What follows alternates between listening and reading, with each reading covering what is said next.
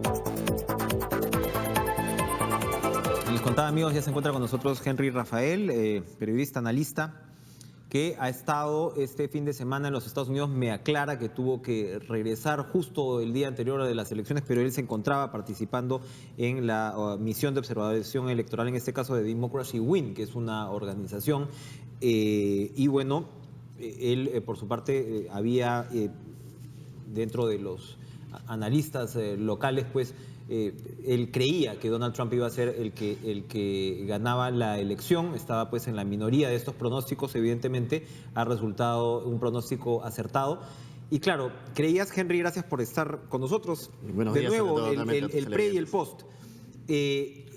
Las razones eran eminentemente demográficas, como ha ocurrido finalmente. O sea, este es un voto o una elección donde la demografía ha enganchado perfectamente, escuchaba yo a la prensa estadounidense, como ninguna otra elección probablemente. Y Trump apuntó al hombre, sobre todo blanco, ¿no? Sin college, como dicen allá, es decir, sin educación superior, directamente. Y si bien hay una serie de factores que explican el triunfo de Trump, el diferenciador, es decir, así como los 40.000 votos que Kuczynski le sacó a Keiko Fujimori y estaban sobre todo, no residían en ese espíritu antifujimorista que persiste en una parte de la población, esa diferencia del hombre blanco no educado o con educación básica fue, diríamos, la que hizo que Donald Trump llegue a la Casa Blanca. ¿Es esa una interpretación correcta, sí, o es simplificadora? Sí, y quizás yo puedo ahondar algo, pero sí quisiera decir que esto ha sido como una experiencia de haber, digamos, hace 3 semanas exactamente escribí ese artículo para Campaign and Elections, luego la República me solicitó, y cuando yo proyecto y digo literalmente que estamos cerca del triunfo de Trump, era casi como predecir un terremoto. Nadie quiere que suceda un terremoto, menos yo. O sea, no quería, porque sí considero que la elección de Trump es una elección que nos pone en riesgo al mundo en general. Después quizás hablaremos el tema por qué. Pero finalmente la estrategia política fue perfecta. ¿Fue perfecta en qué sentido? Y se está dando, si te das cuenta, este triunfo de lo que quizás ya se está volviendo muy continuo entre nosotros, hablar de las estrategias de comunicación política. Es estrategias que movilizan emociones de acuerdo al target específico de tu voto.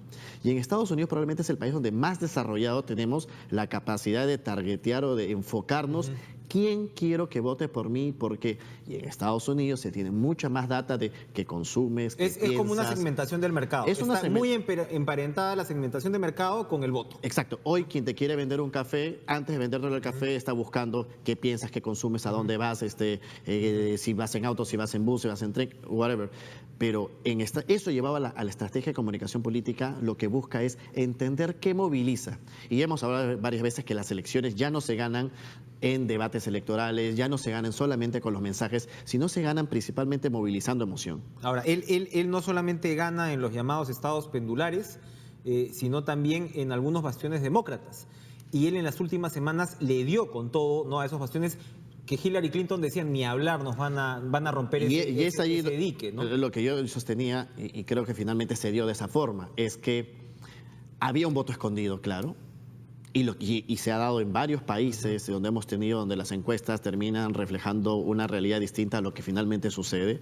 Y ese voto escondido está en ese espíritu, y yo creo que realmente Trump abrió en el ADN de los norteamericanos. Ahora, ese voto escondido, te preguntaba fuera de cámaras, en un país como Estados Unidos se refleja en quien usualmente no va a votar, y en este caso sí fue a votar, ¿no? Ese es, otra vez, este blanco sin educación, al cual seguramente la política le interesa muy poco, ¿no?, en una sociedad, digamos, tan orientada pues hacia el mercado y tan ordenada por ese lado. Y me decías que es un porcentaje significativo de esa población que antes no votaba por los republicanos, o las últimas elecciones al menos, y esta vez sí salieron a votar. Y es que sucedió algo interesante. Un día antes de las elecciones yo estaba efectivamente en Estados Unidos haciendo una entrevista. ¿En qué estado? En Florida.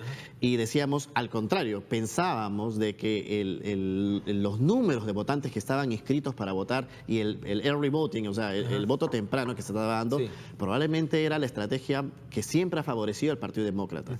Normalmente siempre el Partido Republicano ha optado porque haya menos votos y el Partido Demócrata por incentivar el voto. Entonces, eso era una Y ese early voting es un voto, ese voto temprano después es el voto organizado, militante, Exacto. ¿no? O sea, y entonces, no el que se despierta esa mañana de repente y sale a votar. Y eso es lo que presuponía o hacía suponer de que finalmente el Partido Demócrata realmente podía ganar las elecciones. Lo que se da el martes cuando ves grandes filas, digamos, yo sí he estado muy vinculado y de cerca con la misión electoral que he estado observando, las grandes filas que se veían de votantes seguían haciendo presuponer de que esto se trataba de un gran turnout, una gran votación demócrata. No. Finalmente lo que te comentaba, normalmente el voto blanco, blanco no college, tiene el 70% en general de la votación. Es un grupo muy grande. Sí, pero el año pasado, mejor dicho, en las elecciones pasadas, cerca del 60-75% solo votaron por Romney. Con Trump han subido 5%, que es muy importante. Que finalmente... Bueno, si no hubiera tenido ese 5% no ganaba esa elección. Y después el voto latino de aquellos latinos que no quisieron sentirse tocados por el mensaje de Trump. Es aquellos hijos de latinos que se sienten más americanos que latinos. Y donde ese espíritu aspiracional de, oye, yo también quiero ser parte de ese sistema. Y si mi mundo blanco está votando Trump, yo también quiero ser parte. O sea, hay mucho movimiento aspiracional en este triunfo de Trump. Y yo insisto, Trump lo que hizo fue despertar, necesitamos volver a ser poderosos. La campaña del Partido Demócrata durante 8 años fue no de un país poderoso. No, o sea, yo no puedo mantener o seguir hablando de esperanza, que era la gran campaña, el concepto del Partido Demócrata y de Obama, cuando soy un país poderoso. Tú no eres poderoso y hablas de esperanza. Si tú eres poderoso, tienes confianza y poder. Y el momento más claro de poder que tuvo Trump fue justamente en México, cuando después de haberle dicho todo lo que le dijo a los mexicanos, el presidente lo recibe y les dice, ustedes van a construir el muro. En ese momento, el pico de popularidad sube, es la más grave crisis que tiene Hillary Clinton. Encima Hillary Clinton 2 semanas después se desmaya en el aniversario de las Torres Gemelas. O sea, en el aniversario de un momento tan trágico para el país donde necesitas a alguien superpoderoso que te diga, vamos a defender el país, ella se desmaya. Entonces son elementos que generan esta sensación de yo necesito a alguien que me defienda. Ahora, los hubieras, que son siempre muy interesantes y también de poca utilidad, pero siempre muy interesantes. Bernie Sanders, dicen, le habría ido mejor porque habría competido probablemente con ese votante. O sea, Bernie Sanders estaba mucho más a la izquierda. Decían tanto que estaba a la izquierda que era el candidato de un solo tema, ¿no? El tema de la desigualdad. Evidentemente, frente a Trump, Sanders no hubiera perdido los votos duros demócratas, muy difícilmente, ¿no? Por más de izquierda que hubiera sido. ¿Y de repente sí le hacía la pelea en este bolsón? Mira, yo siempre voy a analizarte desde el punto de vista de mi expertise, que es el tema de las estrategias de comunicación política y gubernamental. Más allá de los temas de fondo que sí son importantes en la campaña, Sanders movilizaba más emociones que Hillary. El problema de Hillary es que no movilizaba nada. O sea, tanto no movilizaba que tuvo que salir Michelle Obama a movilizar el voto natural de las mujeres. Una mujer extremadamente preparada para el cargo, pero con pocas dotes de comunicación emocional al corazón, al nervio del elector, y con resistencia. Claro, además. En cambio Sanders hacía vibrar a una población y movilizó muchos jóvenes a su favor. Y claro, además hay que ser realista. Sanders... Parte del discurso contra Clinton en la pre-campaña, en las primarias, fue utilizado por Trump contra Clinton, cosa que en una contienda Trump versus Sanders a nivel de conceptos hubiera sido probablemente más enriquecedor. Uno que sigue los medios estadounidenses ve cómo allí mismo hay una fuerte, por un lado, autocrítica, pero una constatación de la situación de cómo los medios están vendiendo. Es los medios más partisanos probablemente de la historia de Estados Unidos. Trump es un producto de esto. Trump es un personaje, no solamente un magnate, sino un tipo que forja su personaje público en los realities y en los medios republicanos, ¿no? que van mucho a este gran bolsón electoral al que te refieres. La política convertida en espectáculo, en reality. Esa es una diferencia clara en esta elección frente a otros. Ahora uno prende la televisión y está Fox News por el lado republicano, la otra estación MSNBC, ¿no?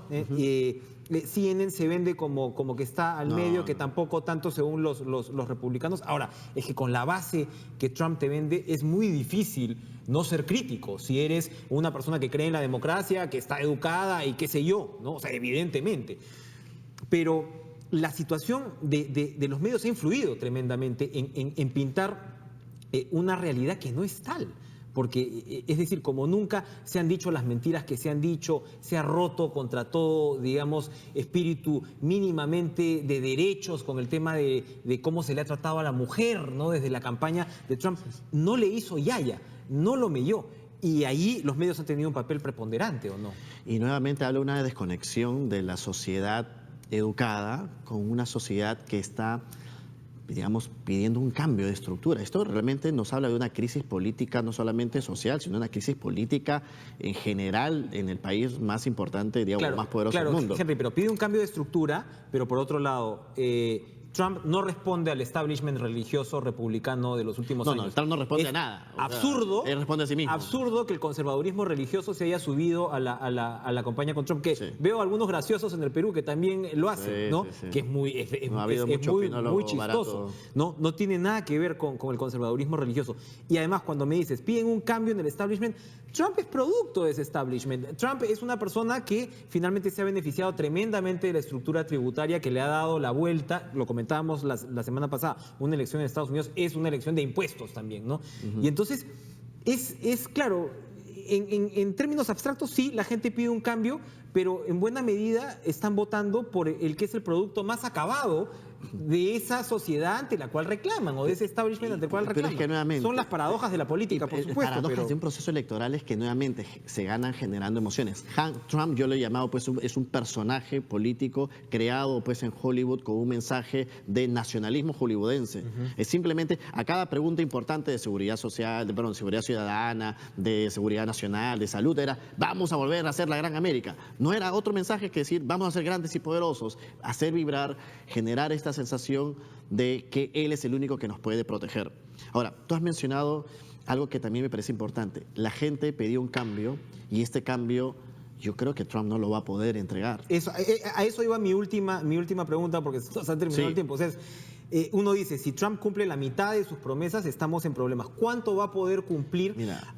Hay un tema económico, Henry, que es bueno, ok, vamos a ver el proteccionismo, cuánto va, pero el otro tema que preocupa, uno que piensa no solamente en la economía, yo sé que la economía define muchas cosas, pero cuando uno está hablando de derechos sociales, de derechos civiles, en una sociedad socialmente tan delicada como la estadounidense, ¿no? Con el tema de los afroamericanos, los latinos, en fin. Esto, por otro lado, ahí sí puede haber una pradera incendiada, ¿o no? Mira, yo lo vengo sosteniendo ¿cómo ves desde- el yo cumplimiento lo vengo de sosteniendo lo que desde ayer. Trump Creo que a nivel ofreció? económico ya se ha hablado mucho, Perú probablemente no haya mucho sobre lo cual nos puede afectar, pero sí considero que hay algo mucho más de fondo. Si Trump cumple algunas de las cosas, y además va a tener que hacerlas, no sé cómo, Por la supuesto. verdad, no sé cómo va a construir el muro, o sea, no entiendo cómo lo va a hacer, pero probablemente va a empezar a hacer algunas de las políticas antimigratorias, porque eso tiene que ser el delivery de su mensaje. Pero si él cumple, acuérdate, extremismos nacen extremismos.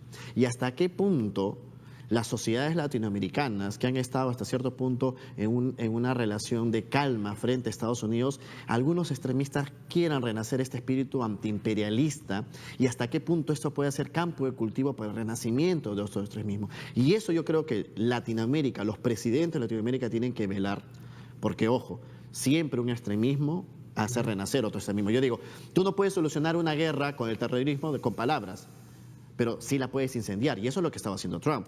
Trump está diciendo, vamos a parar el ISIS porque son así, son asá. Ok, con eso no va a parar la guerra contra el terrorismo, pero probablemente está incendiando y está motivando a generar este espíritu antiimperialista, entre comillas, en el mundo entero. Para utilizar los términos de la ex candidata Keiko Fujimori, seguramente recibiremos a un Barack Obama deprimido. No sé si ella, que ha asociado la depresión a los perdedores, irá por ese lado, pero va a ser compleja la situación que va a discutir el Perú aquí en la PEC, ¿no? O sea, es Sí. lo primero, el escenario económico que se nos viene, ¿cuál será? Y como dices tú, además hay toda una implicancia política dentro de Estados Unidos y geopolítica que va más allá. No, yo creo que vamos a recibir un Barack Obama, como siempre, con un liderazgo que siempre ha demostrado. Él ha tenido muchos momentos difíciles en los últimos años, incluso perdió la Casa de Representantes y siempre ha demostrado que es un liderazgo completamente natural Y finalmente, en la política, el mundo da vueltas. Así es, como Y hasta hace una semana tenía el 56% de aprobación,